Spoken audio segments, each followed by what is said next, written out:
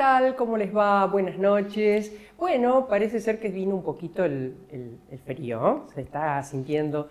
Miren, el frío que tal vez estén ustedes experimentando afuera, les puedo garantizar que luego de ver el programa de hoy con los invitados que tenemos, lo va a sentir distinto.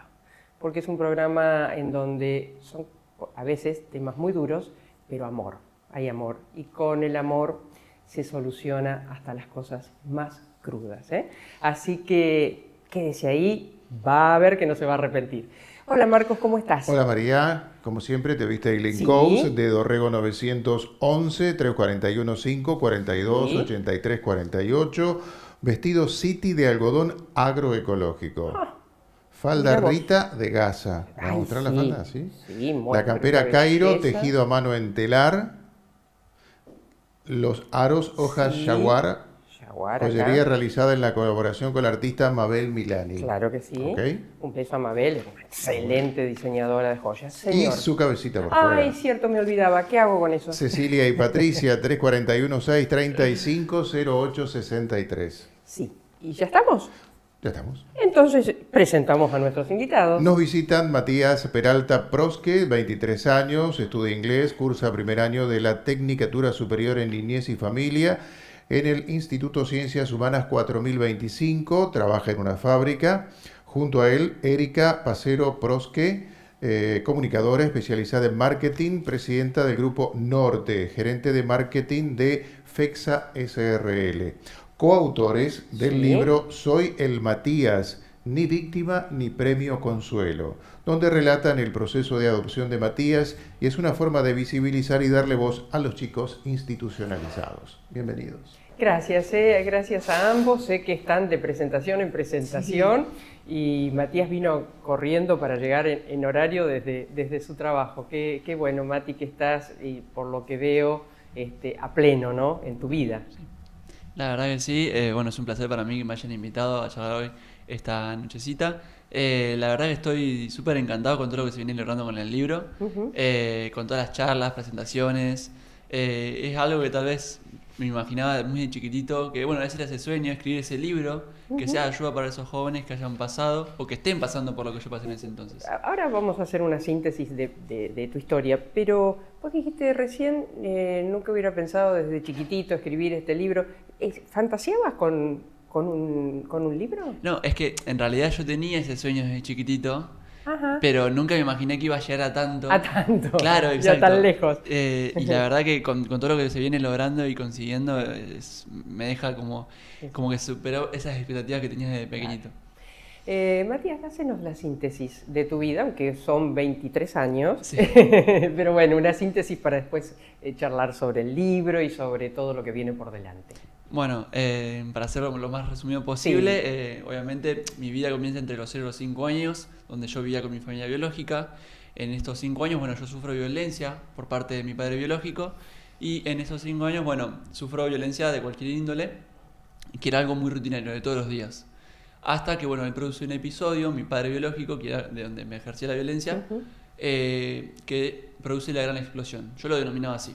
Él prende fuego al patio de mi casa, esto termina que llegan bomberos y policías a lo que es mi casa, Claro. y a mí, a mi hermanita más pequeñitas, como medida de protección, nos llevan a una comisaría donde se hace la denuncia y después nos llevan a un hogar que, bueno, yo nací en Santa Fe Capital. Claro. Y ahí empecé a vivir desde los 5 años y un mes hasta los 11 años y un mes, que estuve viviendo 6 años en el hogar de Casa Cuna de Santa Fe. En estos 6 años también tuve muchas cosas, como por ejemplo, principalmente cuando ingreso, me formo con la figura paterna de mis hermanas. Es como el primer objetivo de vida que yo me pongo. Después... protegerlas a ellas. Claro, exacto, Claro. porque era como lo único que yo tenía Claro. cercano a ellas, que yo decía, las tengo que como salvaguardar de todo esto que estaba pasando. A papá y mamá biológicos los perdiste en el camino. Exacto, sí, yo después de eso a mi padre no lo volví a ver más. Yo siempre los negué como mi familia, Claro. tanto mi padre, mi madre, después más adelante mi abuela. No quería a nadie de mi familia. Yo siempre cuando estaba en el hogar deseaba por una familia para mí, para mis hermanas. Y yo no quería saber nada de mi familia biológica. Claro. Que esto yo después cuando iba contra jueces o niñez que declaraba, le decía, mira, no, yo no quiero ir con ellos. Quiero una familia para mí o para mis hermanas. Así pasó 6 años, en donde iba a declarar frente a niñez, jueces. Después, bueno, en esos 6 años también tuve que formarme como persona. En ese lapso también salía con familias recreativas que me ayudaron mucho en ser la persona que soy hoy, porque de ellos aprendí muchos valores familiares, que también se los trataba de inculcar a mis hermanas. Trataba de ser la persona que soy hoy.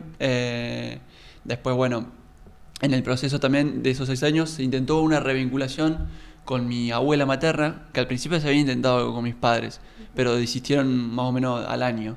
Y con mi abuela materna intentó hacer una revinculación con nosotros que duró un año, que era inviable, por así decirlo, porque yo la negaba siempre, tanto como yo como mis hermanas. No queríamos esa revinculación. Y aún así, lo que eran los jueces y niñez insistieron con esta revinculación por un año, hasta que, bueno, la cortan cuando yo regreso al hogar Casa Cuna, de la casa de mi abuela, con quemaduras por cigarrillos o con cabellos arrancados.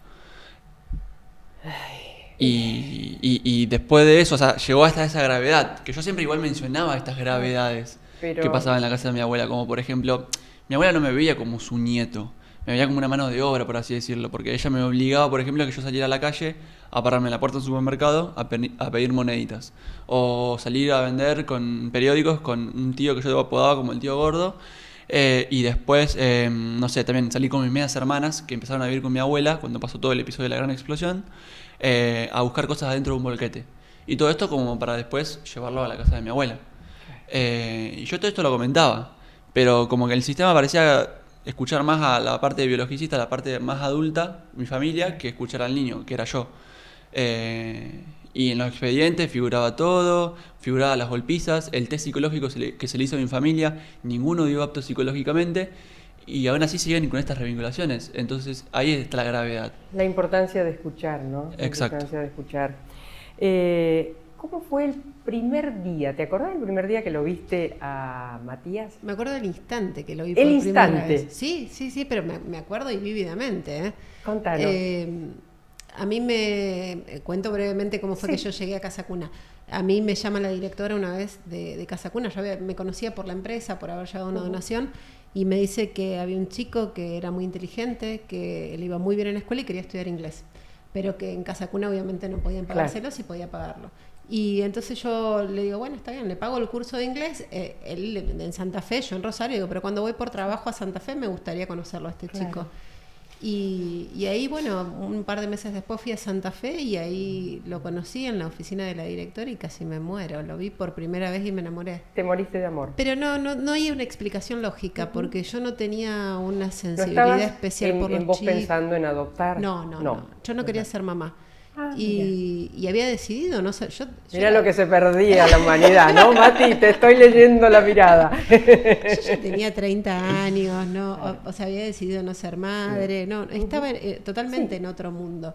Pero realmente cuando lo vi 3 segundos, porque él me miró, me dijo gracias, me dio un beso en la mejilla y salió corriendo. ¿Y vos qué sentiste? ¿Pensaste que podía terminar siendo tu mamá o no? No, yo en ese entonces, o sea, yo a ella la conozco porque nuestro vínculo empezó porque yo quería en ese entonces estudiar inglés, un cursillo, porque yo siempre comentaba que dentro del hogar me sentía como una cárcel. Yo era un chico que le gustaba hacer muchas cosas y cualquier actividad que se presentaba yo siempre levantaba la mano. Y porque también, por ejemplo, no sé, yo iba a la escuelita y me enteraba mucho de que mis compañeritos después de la escuela, no sé, si iban a hacer una tarea junto a la casa de algún chico, o se juntaban a jugar a la Play 1, al Sega. Yo no tenía esas oportunidades. Claro. Y cuando escucho que uno de mis compañeros tenían 2 horitas después del cursado, cursar inglés, un cursillo, digo, bueno, qué copado. Voy, le consulto, o sea, le pregunto a la directora del hogar, ella me dice que en el hogar no me podía pagar lo que era el curso, pero sí podía buscar una persona para que me becara. Y ahí aparece mi mamá. Entonces es cuando que la directora un día me llama y me dice... Qué lindo escuchar decir que ahí aparece mi mamá. Qué lindo que suena. Y entonces me llaman a dirección, la directora del hogar, y me dice, bueno, acá está la persona que te está pagando el curso y te quiere conocer. Que yo, bueno, pasa esa situación que comenta mi mamá. Sí. Y desde ahí, bueno, obviamente empezó como un vínculo. Empezamos a hacer salidas, después ya empezamos yo ya a vivir, como por así decirlo, los fines de semana a Rosario. Y como que ese vínculo se fue forjando más y más y más hasta que, bueno, terminé. Ahora, no todo es rosa, por lo que leí también brevemente, es parte de la historia de Matías, pero por suerte superada. Tuviste una segunda prueba, ¿no?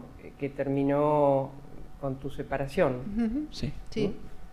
Sí, fue algo, la verdad, que no lo esperábamos y que nos sorprendió mucho, porque yo había estado casada 15 años. No es que era una persona que había conocido hace poco y simplemente no pudo ser papá. Claro. Y reaccionó de una manera horrible. Claro, claro.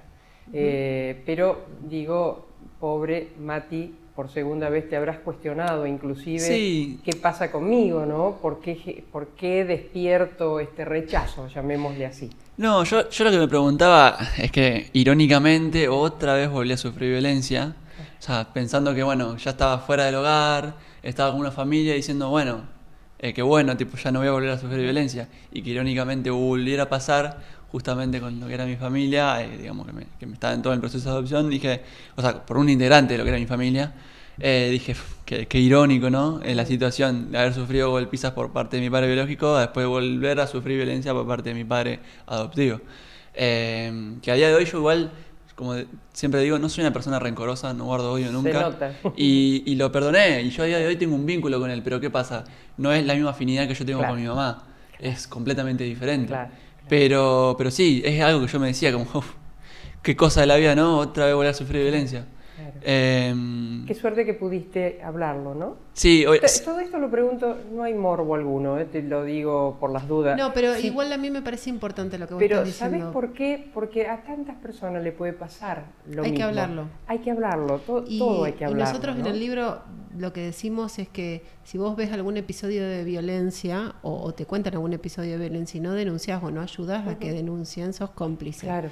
Entonces siempre alentamos a la gente que lo cuente, que no sienta vergüenza. Sí, sí. Mismo a mí también me pasó, porque yo no podía creer lo que me estaba pasando. Entonces yo decía, y la violencia no era hacia mí, pero a mí me avergonzaba mucho y me Claro. costó mucho contarlo.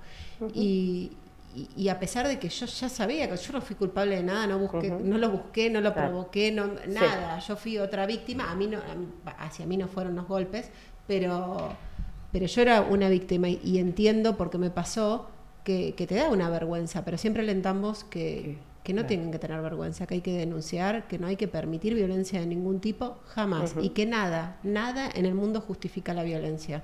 sí, no, también, perdón, entender que obviamente, por el lado de esto de la violencia, que cuando uno, por ejemplo, muchas veces pasa que cuando uno ingresa al mundo de la adopción y quiere ser tal vez padre, siempre digo que hay que tener dos cosas, como amor y mucha fuerza emocional, porque se trata con un niño que ya viene con una carga, como viene con una mochila, y que hay que poder saber agarrarse de esa mochila. ¿Qué pasa? En este proceso también, cuando yo llego a Rosario, empiezo como una adaptación. Yo tuve que aprender a ser hijo y mi mamá tuvo obviamente que aprender a ser madre, porque ninguno de los dos, ella Claro. nunca fue madre y yo nunca fui hijo, digamos. Claro. Entonces, en este sentido de que cuando uno va aprendiendo esto, nunca requerir o pasar a esos hechos de violencia. O sea, como que no tiene que pasar eso. Uno aprende, pero nunca tiene que poder intervenir en la violencia, en el sentido de nunca hay que poner la mano encima de otra persona o gritarle o hacerle violencia psicológica o física. Tiene que ir siempre desde el amor. Qué linda familia vas a tener, Mati, la tuya, cuando la armes. ¿Vos estabas en un programa de adopción allí? ¿O tenías la posibilidad de ser adoptado? ¿Estabas en un programa junto con tus hermanos? ¿O se dio esta posibilidad medio como Yo aclaro siempre, porque esto se genera Sí. confusión, no era la ley que está ahora. Ahora está el RUAGA, la gente que quiera adoptar Claro. tiene que ir a escribirse al RUAGA. Claro. Cuando pasa esto que contamos con Mati era previo al RUAGA y después Sí, terminamos la estaba adopción. formando. Después terminamos la adopción Ya cuando con se la estaba, con la cuando se nueva estaba ley. formando el RUAGA. Pero inició antes todo el vínculo con Matías. Hoy sería impensable que alguien vaya a llevar una donación y después termine adoptando. Claro. Hoy no se permite y está muy bien que sea así porque hubo muchos abusos, hubo un montón de cosas. Claro. Pero en la época que yo lo conocí a Mati, eso era legal. Y en ese momento había también las familias, no sé si es Solidarias. Solidarias. Sí, familias solidarias y familias recreativas, las dos figuras. Las familias solidarias son esas familias que todavía siguen, creo que en provincia de Santa Fe no, pero en otras partes del país sí, que son familias como de acogida, que tienen a los chicos para que no estén en los el hogares hogar. de tránsito, Claro. exactamente, y Hasta sientan el amor. tránsito hasta lograr la adopción sería. Sí, que teóricamente deberían ser 180 días según lo que dice la ley, con un plazo que se Yo puede siempre renovar. me dije a mí misma, digo, ¡ay! Qué horrible debe ser el día del despegue, si bien deben estar esas familias muy preparadas, sabiendo Sí. que un tiempo, pero Sí, ¿cómo no poner amor? pero muchas veces también pasa esto, como dice mi mamá, que a veces como hay un plazo, son 180 días, 6 meses, pero tal vez a veces esto se prolonga. Esta familia solidaria, tanto como el niño como la familia solidaria, terminan generando un vínculo. Claro.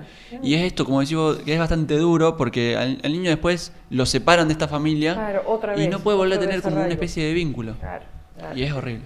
¿Cuál es el target, hablando un poco de marketing, el objetivo del libro? Mostralo el librito a la Sí. cámara, por favor. Está a No la sé, venta, no sé. perdón, Marcos, está a la Sí, venta el sí, libro. está a la Sí, venta. está a la Más que venta. nunca hay que... No sé si el objetivo tuyo es el mismo que el del libro, digamos, ¿a quién llegue? ¿Quién quieres que Mira, lea realmente el libro? El libro tiene un montón de objetivos y tiene un montón de públicos. Ujú.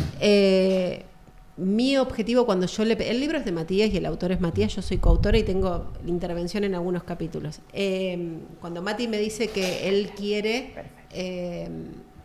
escribir este libro y contar su historia para ayudar a otros chicos, yo le pedí permiso y le dije, mira, ¿me dejas intervenir? Porque cuando yo estaba en el proceso de adopción, yo siempre fui consciente que al adoptar un chico de 11 años, adoptaba un chico y una historia, no solamente un chico, Claro. y que esa historia había que respetarla y había que abrazarla, porque si uno no la abraza, el chico es imposible que también la abrace. Entonces me preparé, hice cursos, todo lo que aparecía de adopción, yo lo hacía.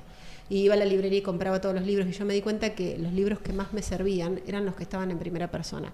Por supuesto que los de profesionales, psicólogos me servían, pero los libros que estaban contados en primera persona con casos reales para mí eran fundamentales. Y decía, ay, esto es normal, esto pasa.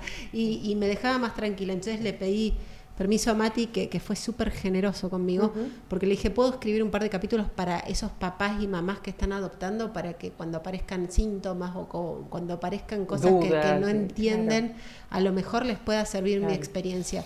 Y cuento muchos síntomas que tuvo Mati, muchas cosas, y cuando él leyó el borrador le dije, mira, Matías, es tu libro, es tu historia, si hay algo que te avergüenza, porque él tiene 23 años, a lo mejor podía haber partes que le daban vergüenza, Claro. que eran parte de su intimidad, que no quería contar. Claro. Le digo, vos lo sacás, no pasa Claro. nada, el libro es tuyo, corregí comas, punto, lo que Claro. vos quieras, sacamos un capítulo, así que... Y la verdad que tuvo una generosidad absoluta porque cuento cosas muy íntimas y él no me corrigió absolutamente nada y me permitió escribir libremente todo lo que a mí me pareció valioso. ¿Dudaste alguna vez? No, nunca, pero nunca. Ujú. No, Matías es lo mejor que me pasó en la vida. Qué hermoso. y vos, Mati, me parece que tampoco, porque se te ve en la cara. No, sí, yo siempre digo que mi mamá obviamente también es una de mis heroínas. O sea, es una de las personas que me ayudó bastante, como Sisi, como las familias recreativas. O sea, yo puedo decir que estoy O sea, sentado... tuviste una serie de personas que Exacto, te sí. fueron ayudando hasta Sí, llegar a tu yo siempre mamá, digo, ¿no? yo tuve mucha, pero mucha suerte, porque también después conozco historias tanto de ex compañeritos que estuvieron en el lugar conmigo, o también de otras personas que con el pasar de los tiempos fui conociendo y no tuvieron tal vez la suerte que yo tuve, que yo siempre digo, y nunca llegan al ser una familia, digamos. Claro. Y eso es bastante triste. Ujú. El día que tengas tu familia, ¿cuál es la razón de ser que vas a charlar con tu pareja? Sí. Y le vas a decir, tenemos que hacer qué a la hora de formar una familia. Yo creo que no pienso mucho en eso ahora. Lógico. Pero no, obviamente sí, tengo el sueño en el futuro de formar una familia. Que seguramente en el momento en que esté formando mi familia, lo hablaré con mi pareja en ese entonces.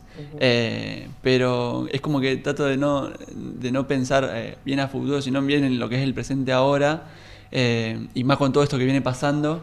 Porque bueno, el futuro ya va a llegar. Sí, por supuesto. Entonces, no era para adelantar los pero tiempos, sí, no, obviamente. sino yo te decía, después de esa experiencia, ¿qué cosa uno puede llegar a decir? No, de esto no me a puedo ver, apartar. Yo lo que yo digo es que cada persona tiene el poder de reivindicar lo que es su pasado. Que su pasado no lo determina. Que así como tal vez pensaría alguien de que porque yo sufría violencia por parte de mi padre biológico, yo claramente demostrarle tal vez, ya sea a mi familia o al mundo, de que yo voy a ser diferente a lo que fue mi padre. Entonces, que mi pasado no me determina, que porque haya sufrido un hecho de violencia, yo voy a ser violento en el futuro. Entonces, y así pasa con miles y miles de Claro. personas. Qué bien criado que está este chico. Pero debo reconocer que tiene mucho que me vino así, ¿eh? Matías es una persona súper empática, Claro. y súper especial. Y creo que él es la persona más resiliente que yo conozco y él pudo resignificar su historia. Yo lo escuchaba, ¿no? A veces uno se queja por pavadas y recién decía, yo tuve mucha suerte. Sí. Qué hermosa lección de vida, Matías, el hecho de ayudar a que a veces por cosas más chiquititas nos embrollamos y parece que se nos termina el mundo y el mundo no se termina. ¿Y ahora qué vas a hacer? Uy, perdón, Marco, ¿qué querías Escribir contar algo? el volumen 2 seguramente. Claro. Sí, muchos me preguntan sobre eso. Todavía no tengo como predestinado, por así decirlo, a escribir un segundo volumen. Si se da, obviamente, la posibilidad, Mira. me encantaría, obviamente. Seguramente capaz que lo haga, pero ya cuando sea un poco más grande. Claro. Tipo como ya con otros conocimientos y otras cosas que hayan pasado en mi vida. Pero Es que tenemos muchas presentaciones Exacto. todavía por delante. pero Tenemos sí, todos los fines de semana. ¡Qué bueno! Qué bueno. en sí, mi idea a futuro es que básicamente se pueda visibilizar más todo lo que es este mundo, que claramente yo siento que a veces es invisible, por esto mismo que a veces está perfecto, obviamente, no todos tenemos el saber, el conocimiento completo, y que la sociedad obviamente pueda cambiar esta mirada que se tiene tal vez sobre los chicos que viven en el mundo de la adopción, que a veces también hay prejuicios, porque ya Y sobre todo con el tema de la edad, ¿no? Exacto. Que sea un chico Bueno, ya con historia, plantea, como vos decís, ¿no? El libro plantea mucho sobre fomentar la adopción de niños grandes. Porque hoy en día el 90% de los propensos adoptantes quiere adoptar bebés, quiere adoptar de 0 a 5 Claro. años. Por este mismo prejuicio de que si el niño tiene más de 5 años y por sufrir un hecho de violencia, el chico va a ser violento. Y no es así.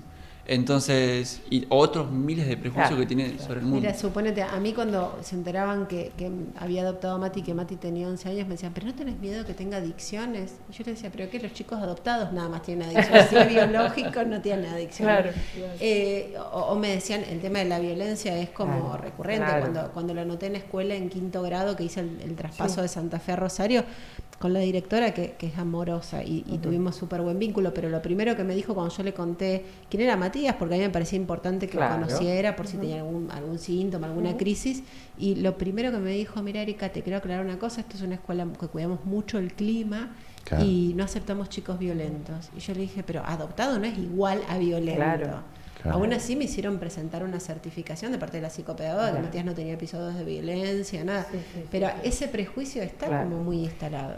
Absolutamente. Qué placer conocerlos. Lo último, ¿por qué él, Matías? Ese artículo adelante, ¿por qué? No, ese en realidad se ve mucho porque, bueno, también anticulturalmente creo que se usaba mucho el él o la, dependiendo de Claro. lo que era el género en la persona. Pero en sí era porque cuando yo también era muy chiquitito, con cualquier persona que yo me presentaba, y también está mencionado en el libro, que lo menciona mi mamá, que es cuando ella me llamaba 10 minutitos al hogar a la noche, siempre contaba que yo siempre me presentaba con cualquier persona como, hola, soy el Matías. Entonces desde ahí sale el título, que después le saqué un significado gracias a Marcelo Molina, el juez de cámara, que antes era ex juez de familia. Sí. Que él cuenta que el título también tiene otro significado, y la verdad que yo lo apropié, y es la identidad de la persona. Que, por ejemplo, era algo como que yo diciendo, hola, soy el Matías, como diciendo, mirame, acá estoy, no soy invisible. Y me pasa mucho, por ejemplo, cuando voy a los hogares, que hago las donaciones, pasan dos acciones. Los chicos vienen corriendo gritando mi nombre, y acto seguido todos me empiezan a decir, yo me llamo Juan, yo me llamo Federico. Entonces Claro. eso del tema de la identidad, de decirme, Claro. mirame, acá estoy, no soy invisible. Una de las cosas, y con esto los despido agradeciéndole infinitamente que hayan venido, que me conmovió, es cuando vos por ahí dijiste que las mamás miran a los ojos. En el lugar donde estuviste aguardando ese encuentro con tu mamá, no se mira a los ojos. Exacto. Gracias. No, por favor, a vos. Vamos a la tanda. Veterinaria Doctores Grande y Robea SRL. La salud y el buen estado de su animal es el objetivo de nuestros profesionales. Atención especializada en equinos deportivos. Ovidio Lagos 2190. WhatsApp 341-304-2992. Sindicato Obreros de Estaciones de Servicio, Garajes, Playas y Lavaderos Automáticos de la provincia de Santa Fe. Por la dignidad y superación del trabajador, contra la explotación y la inequidad distributiva. Riobamba 1075. Sindicato del Personal Embarcado de Dragado y Balizamiento, por la Unión de los Trabajadores Portuarios, Marítimos y Navales. Joyería y Relojería España, desde 1981 en la tradicional esquina de España y Ceballos. Su tienda online joyeriahispana.compra-medioonline.com.ar. UDA, Unión Docentes Argentinos. La educación es un compromiso de todos. En Rosario, Ovidio Lagos 2663. Construyendo la transformación social, defendiendo en unidad los derechos de la clase trabajadora. Sindicato de Aceiteros Rosario. Búscanos en las redes, estamos en Facebook, Twitter e Instagram. El tango y sus avenidas. El tango y sus calles. Todas transitadas sin atajos ni barreras. Grupo Contrastango. Tangos, valses, milongas, candombes que fueron y serán. 7 de junio estamos en el set de Atilra, en Sunchales.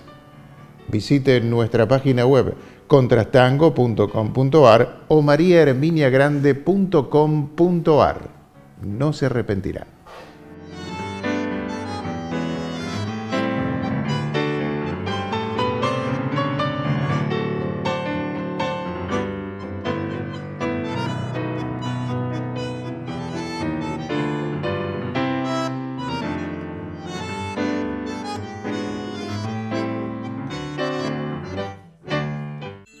Atilra es artífice de un proyecto solidario, colectivo y social. Es una realidad que crece, se desarrolla, vive y se multiplica, pero sobre todo permanece en el tiempo. Atilra, más de 70 años sembrando de sueños el camino.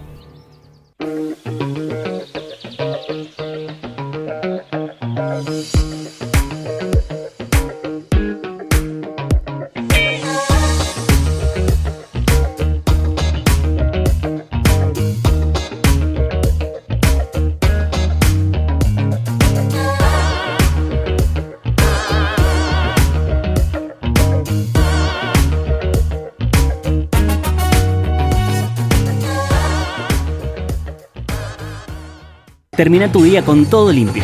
Saca tus residuos solo de 19 a 21 horas. Cuanto menos tiempo pasen en el contenedor, mejor para todos. Cuidemos Rosario. Más limpia es más linda. Municipalidad de Rosario.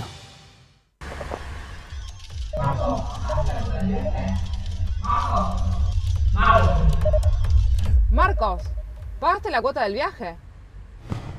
Apostar nunca es un juego. Rompe el silencio. Pedí ayuda.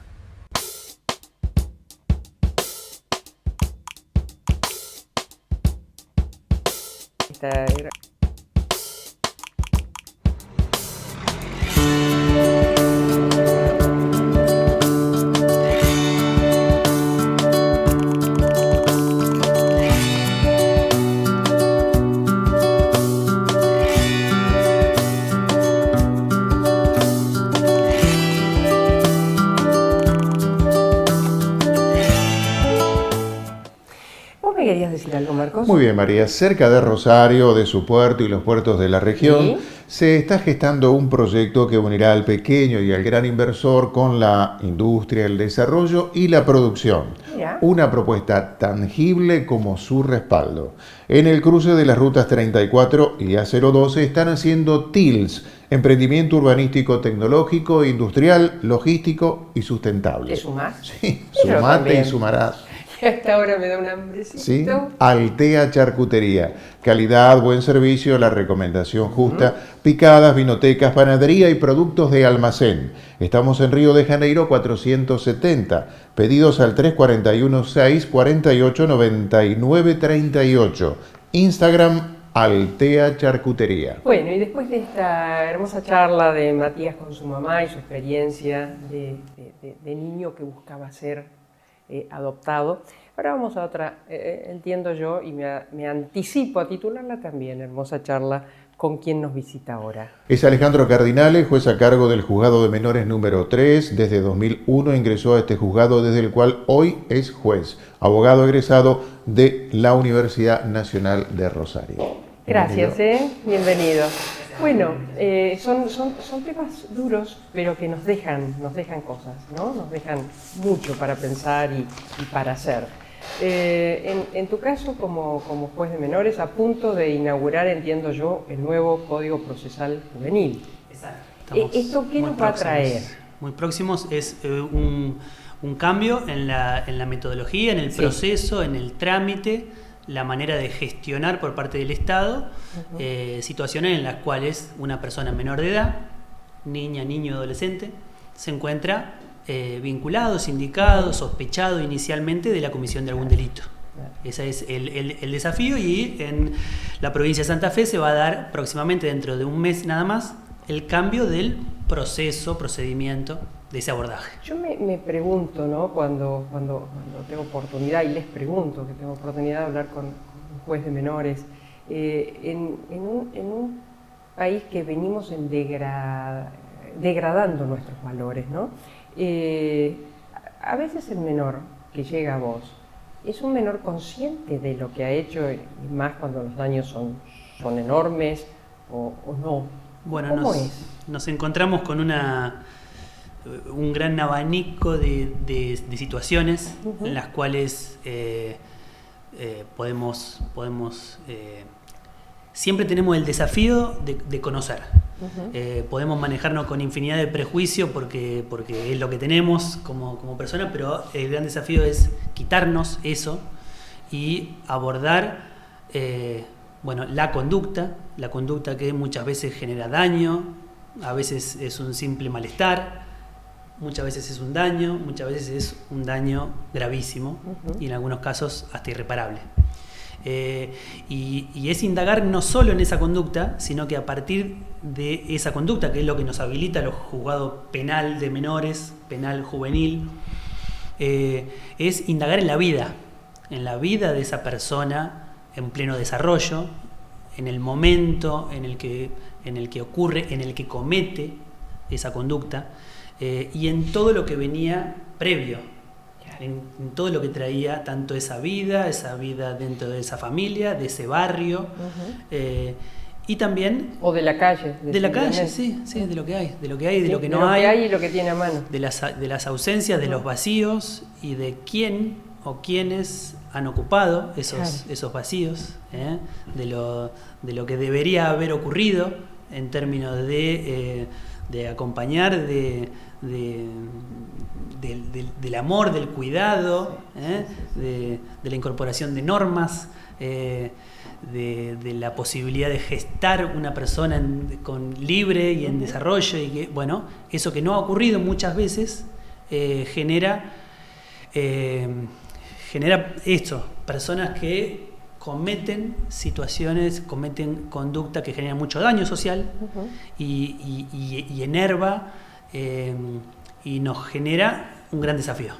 Un gran desafío que es el qué hacer, el cómo responder a esa persona adolescente que muchas veces durante el transcurso, el devenir del proceso se transforma en un joven que ya por el solo hecho de desarrollarse como persona, de madurar, ya va teniendo una visión de las cosas distinta, una visión de su propia vida distinta, y con muchas veces con posibilidad de responsabilizarse, de hacerse cargo de lo que hizo.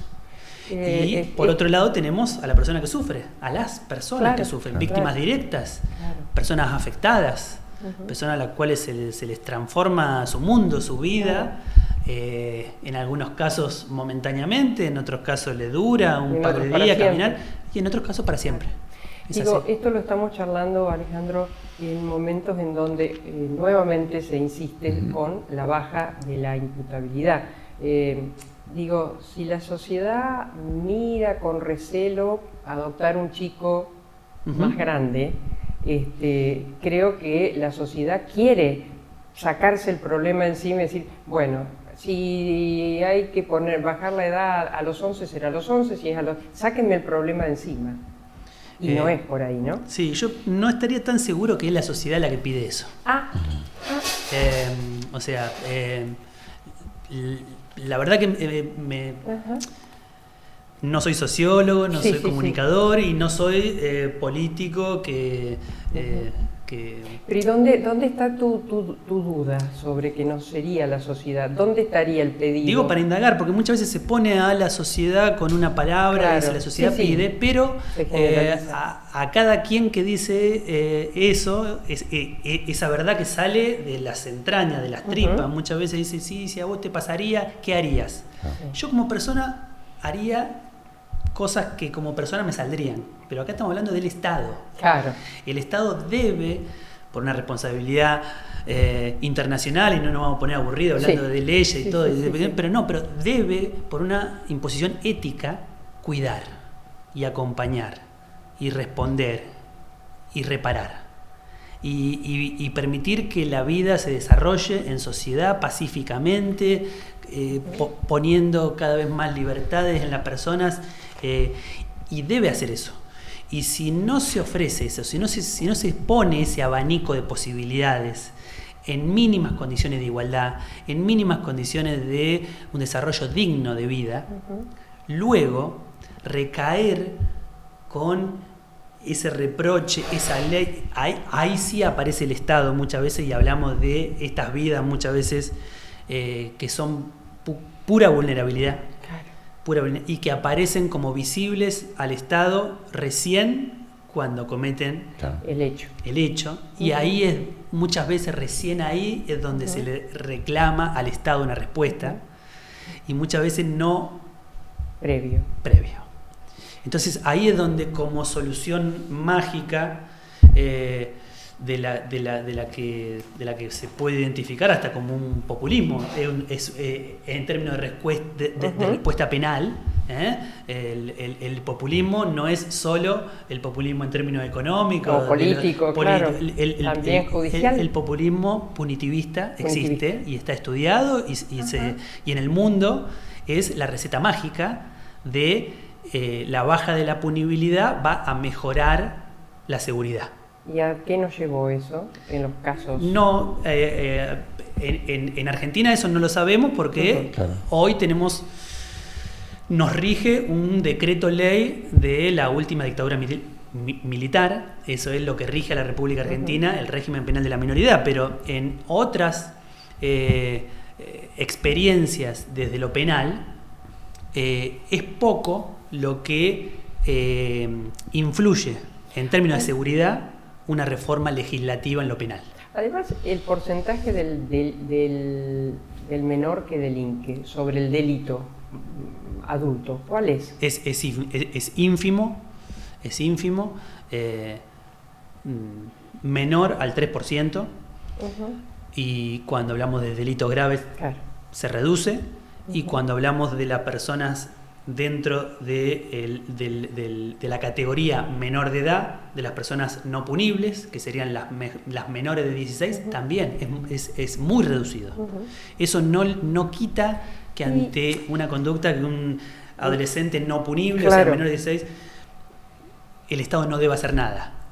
Ahora, de ninguna manera. De ninguna manera, y ahí hay muchas veces ese vacío que sí. ¿Y qué debiese hacer? No sé cuántos años hace que estás escuchando. Y bueno, yo entré en el juzgado de menores en el año 2001, como empleado, sin haberme recibido aún de abogado.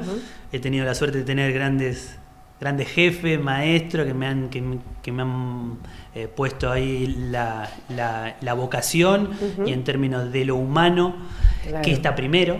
Me acuerdo de ese primer jefe cuando yo llegué, que es primero las personas, después los papeles. Así que vos, nene, cuando hay alguien ahí, la persona atendé, escuchá, fíjate qué quiere, y después vemos. Después los papeles vemos cómo lo terminamos.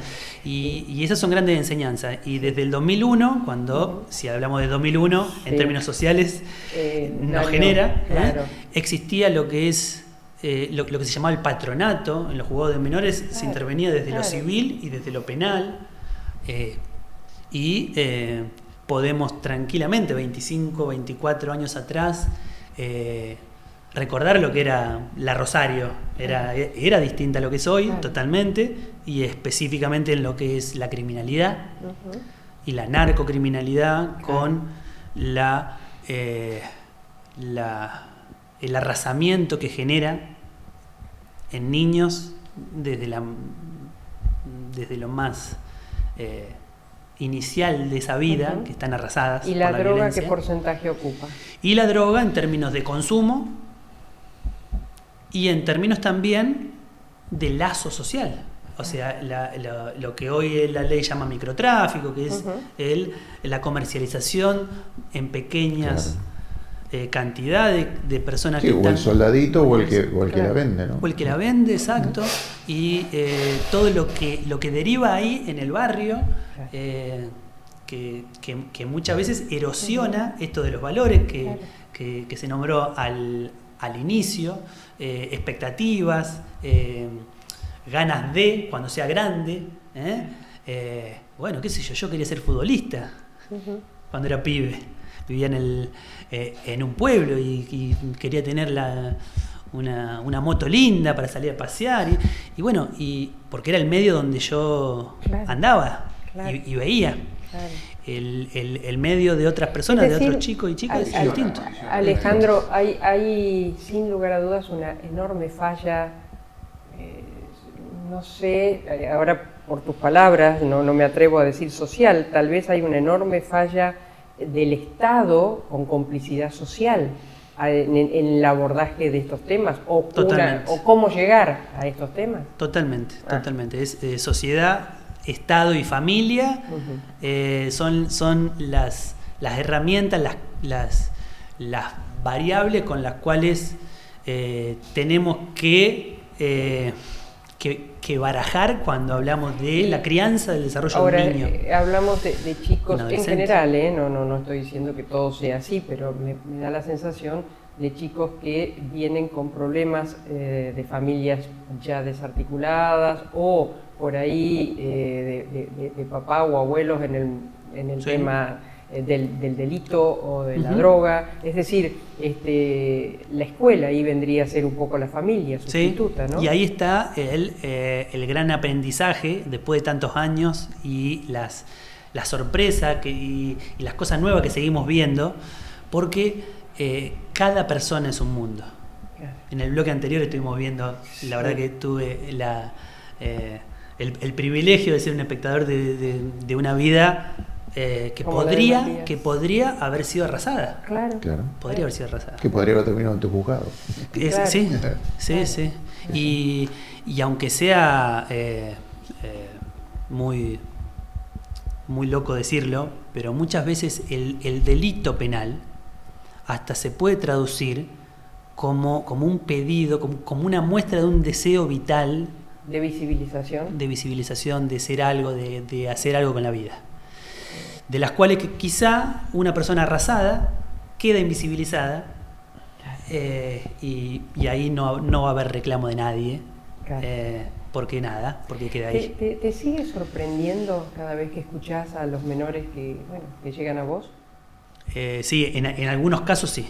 En algunos nos siguen apareciendo no solo los menores, sino también en algunos casos experiencias de las propias víctimas, experiencias de personal policial que intervino en situaciones.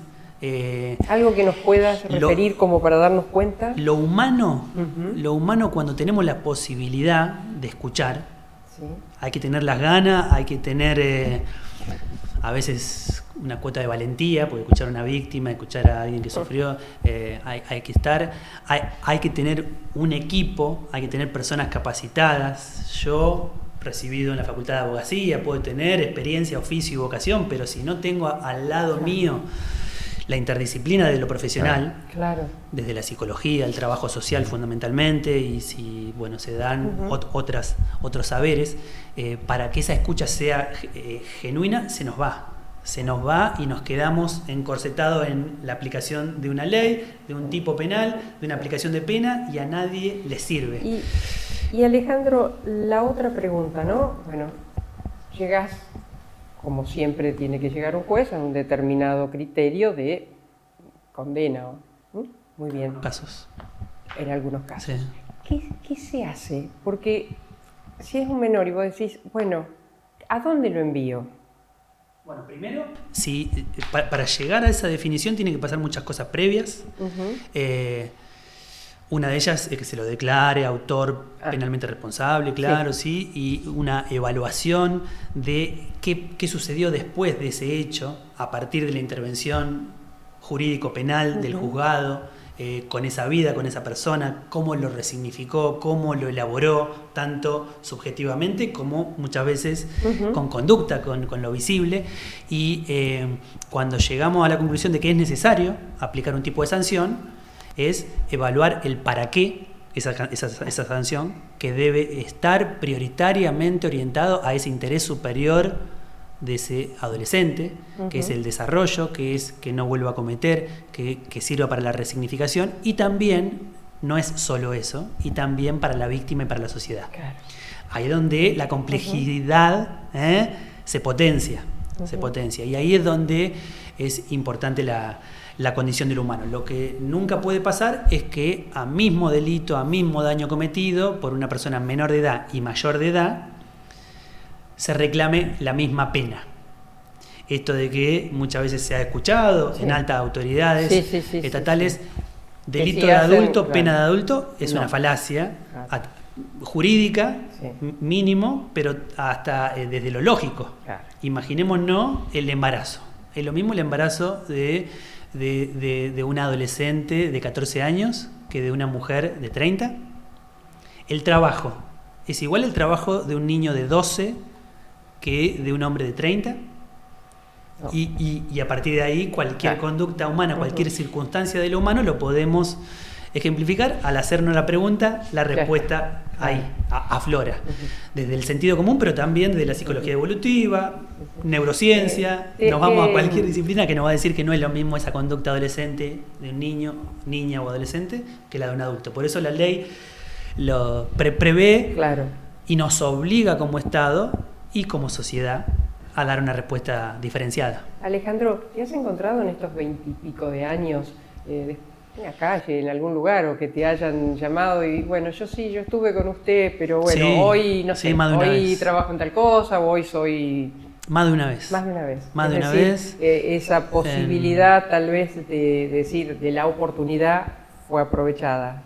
Sí, a ver, ya con que me reconozca ese ya joven, a veces grandulón, y recuerde, yo me acuerdo, ahí se le mezcla doctor, Alejandro, juega ahí, yo me acuerdo cuando me hablaban, la trabajadora social, la defensora, usted o el juez, y bueno, yo andaba en cualquiera, pero bueno, hay una marca del humano que es ese adulto, ese otro que éramos nosotros como Estado, que lo retábamos, que le decíamos por ahí no es, que le decíamos vení, pedí ayuda, que le decíamos mira lo que hiciste, que negociábamos en términos, che, yo te creo, pero dale, que mirá que la última no te la mandé de nuevo, porque mirá que esto genera, y eso fue, para esa vida, deja una marca de la confianza, de que alguien lo escuchó, de que alguien le creyó, y cuando se la mandó la macana, ya tiene un sentido distinto. De che, hay alguien que está esperando algo distinto de mí. Claro. Y eso permite el crecimiento, que muchas veces ese clic o esa evolución se da en la cárcel, en el tiempo que pasan tras las rejas, en condiciones que no son ni cerca las óptimas para la resocialización. Para esperar una resocialización, pero muchas veces sucede porque también tenemos que asumir esto, que la vida de la persona muchas veces cambia, y más de los adolescentes, por el solo hecho de transcurrir y de hacerse grandes. Y a veces aparece algo de lo religioso, y a veces aparece algo del amor, y a veces aparece algo de el reconocerse y el asumir lo que hicieron, que ese es un momento muy duro. es un momento muy duro cuando ocurre en algunos y algunas adolescentes y jóvenes decir, che, yo hice esto, yo generé esto. Claro. Y ahí hay que estar nuevamente ahí acompañando y sosteniendo. Claro. El acompañar, el sostener, el escuchar, no quiere decir el estar junto, el compinche. No, claro. No, somos el otro, somos el Estado y somos adultos. El necesario, de pero es yo. necesario. El necesario. No hay- un placer, no hay posibilidad. Alejandro. Muchas gracias. Bueno, por favor, el placer bueno, mío. esperemos que con ambas charlas, con ambos testimonios, nos quedemos pensando un poco más, ¿no? Un poco más en esto, en el otro, y que no siempre las cosas son ni blancas ni negras, ni mucho menos, ¿no? Y que está bueno, aunque sea, permitirnos la duda. Si usted tiene postura tomada, no, porque no quiero saber nada, al menos la duda. Será hasta la semana que viene. Hasta la semana que viene nos dirigió Leo González y la producción y coordinación de Liliana Dal Bosco. Hasta entonces, gracias.